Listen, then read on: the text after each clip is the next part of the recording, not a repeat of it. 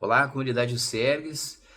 Hoje a gente vai fazer um conteúdo diferente aqui em nossas redes sociais, abordando o Blind Shell, dispositivo bem bacana que foi cedido por empréstimo pelo Bruno Begotto há alguns dias atrás para a gente.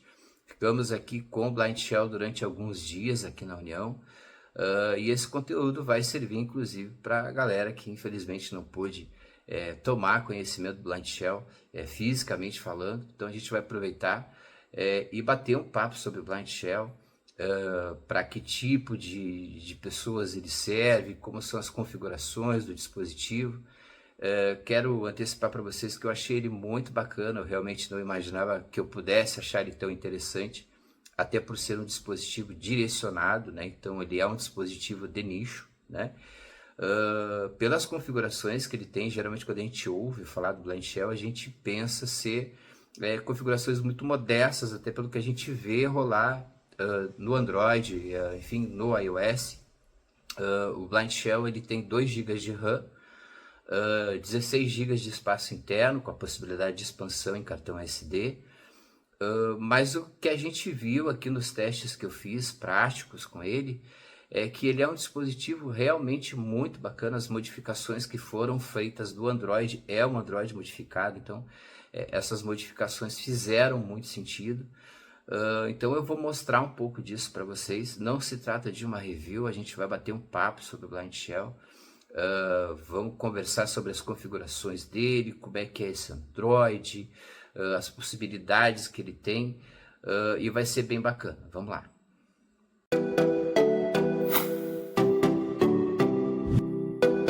União de Cegos do Rio Grande do Sul, superando limites, estimulando o protagonismo das pessoas com deficiência visual.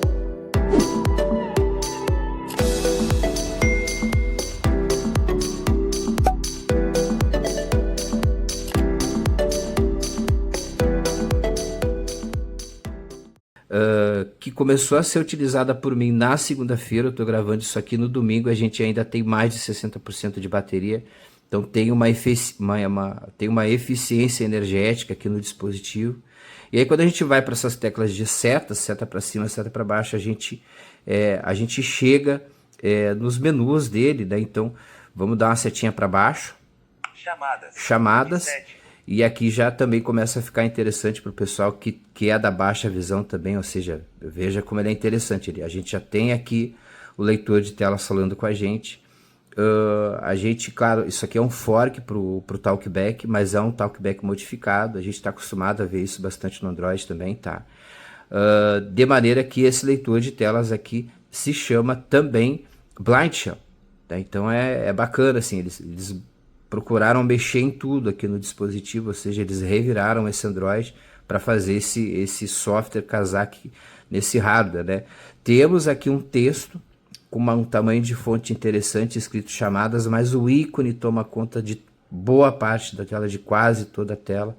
A paleta de cores aqui é texto branco, ícone branco, e o fundo é escuro, o fundo é preto. Essa tela não é AMOLED, mas enfim, isso também não quer dizer muita coisa. Descendo com setas para baixo, então a gente vê que tem mensagem, contatos, aplicações aqui. Aqui em aplicações a gente não tem acesso à Play Store, tá? Então a aplicação que a gente tem acesso aqui para fazer download de aplicativos são os aplicativos curados pelo pessoal da Blind Shell. A gente tem algo em torno aqui de 54, 56 aplicativos, então pega YouTube, Facebook, WhatsApp, blá, blá, blá, blá, blá, blá. Não tem Uber, tá? Eu já comentei isso com o Bruno, e o Bruno já confirmou para mim que ainda não tem Uber aqui. Então se você pensa nesse dispositivo para se locomover por aí usando aplicativos de transporte, ainda não é o caso aqui no Blind Shell, tá? Configurações, manual. O manual dele é bem bacana, é um manual que realmente te ensina bastante sobre o dispositivo, muito bem feito. A documentação deles também é muito boa, tá? Então, enfim, é uma leitura até gostosa de ser feita. E quando a gente chega no último item, ó, vou voltar de novo, ó. Ele dá um bip, 7 de 7. Percebam que o item da lista ele é bem mencionado. Vou dar uma seta para cima. Manual, 6 de 7. Manual 6 de 7, ou seja, ele é o 6º item de uma lista de 7 itens. Quando a gente chega no último item, tem o BIP, né? Isso aqui lembra um pouquinho quando a gente chega no final das listas do DOSVox, né? Vamos dar uma olhada em configurações. Eu sei que tem muita gente curiosa para saber o que a gente encontra aqui. A gente tem configurações de sons, teclado, a visualização. Essa visualização aqui, ela é importante. Inclusive eu vou mostrar para vocês agora as mudanças que a gente consegue fazer nessa tela. Vamos entrar. Temos configuração de luminosidade, brilho de tela, né? Tempo limite de ecrã. Perceba aqui o português de Portugal, né? Então tempo limite de ecrã, né? Esquema de cores, aqui é interessante, ó, porque aqui já pega uma fatia de pessoas com impedimentos visuais relacionados, por exemplo, a daltonismo, enfim, né? Questões muitas vezes cognitivas também. Eu vou entrar aqui. Branco sobre preto selecionado. Então, branco sobre preto, tá? É o que está selecionado aqui. Então, nessa paleta padrão aqui, fonte branca, fundo escuro. Preto sobre branco não Preto sobre branco, a gente vai ter então a fonte preta e o fundo claro, né? Branco sobre azul não selecionado. Esse também é um padrão muito utilizado por aí. Então, a gente tem a fonte branca e o fundo azul. E o quarto padrão, Preto sobre amarelo não selecionado. preto sobre amarelo. Veja que o leitor de telas acompanha bonitão aqui, então. Vamos voltar. Esquema de cores. Aqui também temos configurações do leitor de tela. Vamos descer, ó. Estilo do menu principal. Estilo de menu principal, a gente pode personalizar isso aqui também. Eu achei tamanho do texto, a gente consegue modificar esse tamanho de fonte. Eu não fiz nenhuma alteração, tá? Isso aqui tá padrão, né? Notificação de luz LED. Notificação de LED, ele tem um LED ali indicativo também, que pode ser interessante ver. Veja como ele é abrangente, né? Nesse sentido aqui, de ser um produto de nicho, voltado para pessoa cega, voltado para pessoa com algum outro tipo de impedimento visual, ele é bem completo. Configuração da luminosidade. E aí a gente volta para o primeiro item. Vamos voltar, sair de visualização. Redes, né? O Wi-Fi dele é o de 2 MHz, tá? Então, também, de novo, né? Pode parecer pouco, os telefones trabalham com 5, dependendo do caso, né? Mas se vocês têm aí uma Smart TV em casa, saibam que a Smart TV de vocês trabalha nessa frequência. Então, não é algo tão absurdo assim, tá? Aliás, essa frequência, ela diz mais respeito à abrangência da rede e o nível de estabilidade do que qualquer outra coisa, né? Então, leitor de tela, então perceba aí o português de Portugal, né? Leitor de ecrã. Não vou entrar nas configurações dele, tá? Formatar cartão SD. Aqui as opções para o cartão SD. Data e hora, fuso horário. Idioma. Atualização do Blind Shell. Aqui também é interessante mencionar o seguinte: a fabricante, ela promete pro cliente Blind Shell atualizações perpétuas. Olha que bacana isso, né? A gente está vivendo um momento aí de um ativismo muito forte relacionado à obsolescência programada, e a gente já estava acostumado com o padrão da Apple, que sempre deu 5 anos de atualização de software, né? Recentemente a Samsung começou a dar 3, depois pulou para 5, agora dependendo do telefone 7, e mais recentemente ainda a Motorola também fazendo isso, ou seja, é uma preocupação, isso aqui é importante. O smartphone atualizado, ele realmente ele renova a vida do smartphone, né? Não é só o cuidado do usuário, mas o cuidado da fabricante também. E aqui no Blind Shell os caras prometem atualizações frequentes até o fim do dispositivo. Olha que legal, né? Então, saindo das configurações, vamos entrar aqui em aplicações para ver algumas coisas aqui. Navegador de internet. Então a gente tem por padrão aqui já um navegador de internet, né? Aqui nas ferramentas eu já vou entrar, vamos olhar o resto. Comunicação, a gente tem alguns softwares aqui relacionados à comunicação. Multimídia, então player de música, vídeo, né?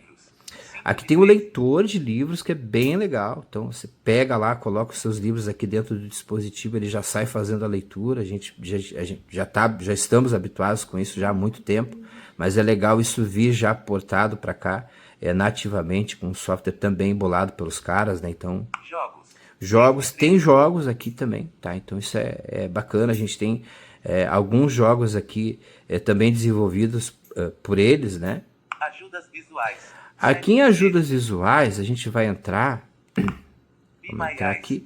Olha que bacana, a gente já tem o próprio Be My Eyes aqui, tá?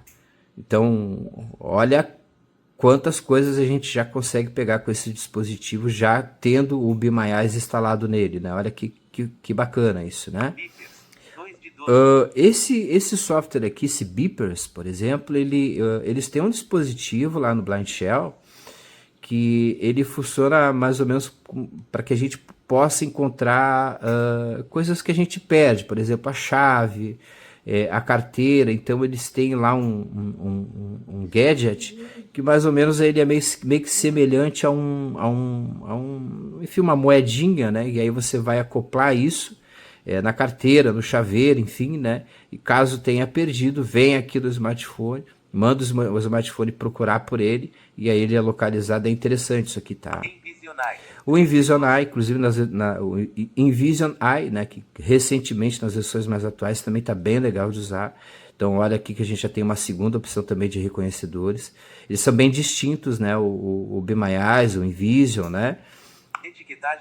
Temos também etiquetagem com NFC. Isso aqui é uma coisa que não é muito utilizada no Brasil, mas lá fora é utilizado pra caramba. Então, e a gente já tem acesso aqui nativamente também com o Blind Shell. O Lookout, tá? O Lookout, ele pro Android, ele faz muito sentido.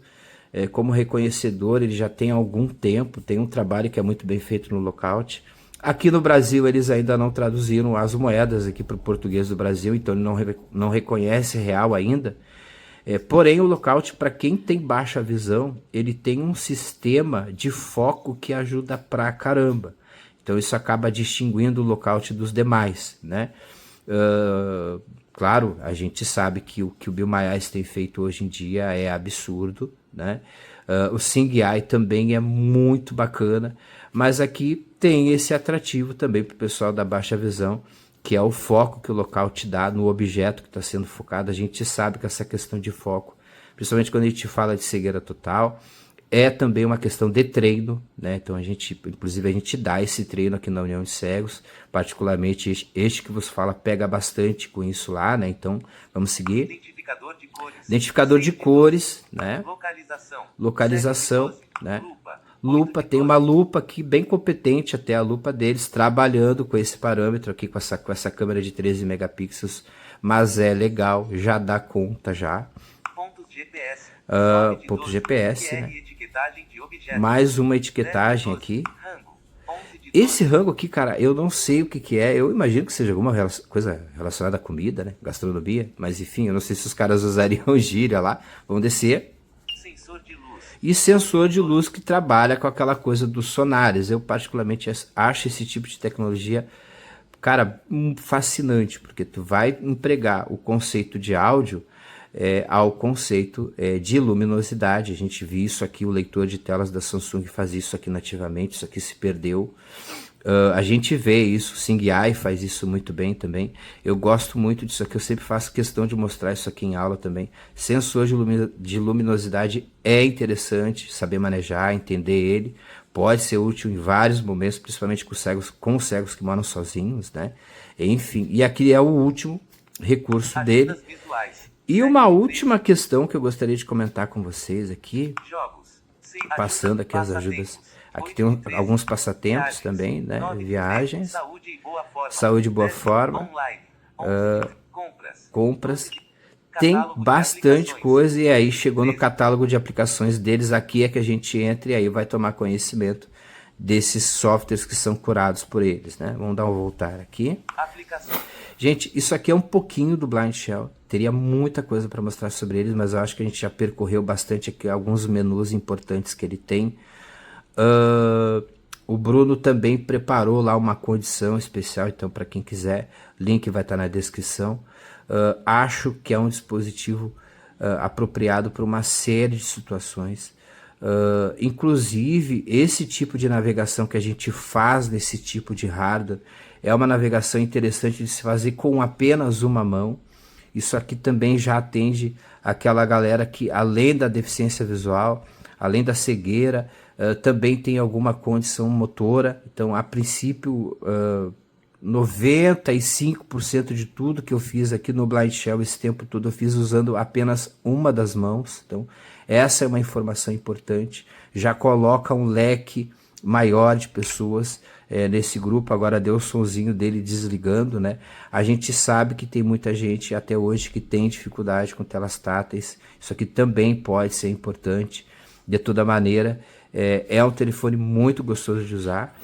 Bom, gente, então é isso. Como a gente pôde perceber, então, mesmo se tratando de um dispositivo de nicho, voltado, direcionado realmente para pessoa cega, para pessoa com baixa visão, dentre outras características que o Blind Shell pode atender, a gente percebeu que esse dispositivo, de um modo geral, ele pode ter alguns usos muito interessantes, né? Principalmente quando a gente pensa na questão do idoso, quando a gente pensa naquelas crianças com deficiência visual, às quais a gente não quer dar todo esse acesso imediato à internet, né? Claro, a gente tem o perfil do usuário mais avançado de Android e de iOS, que já está habituado a se locomover por aí usando o Uber, essas coisas que realmente a gente ainda não tem no Blind Shell, né? Mas ainda assim, em alguns casos, claro, para quem tem bala na agulha, lógico, né? É possível até pensar nele como um segundo telefone, né? A gente também tem algumas outras possibilidades de uso que não ficam restringidas apenas à questão do idoso, não ficam restringidas apenas à questão das crianças, até porque a gente tem um Android ali, um Android rolando muito bem, um Android muito bem customizado. Foi um trabalho primoroso que a fabricante fez, de hardware e software, então minimiza bastante aquelas preocupações que a gente tem relacionadas à quantidade mínima de memória RAM que o Android precisa para rodar liso. Não é esse o caso ali, a gente percebeu aqui nos testes que ele roda muito bem. As customizações feitas no Android foram feitas para casar com aquele hardware. E não é à toa que ele é um sucesso lá fora.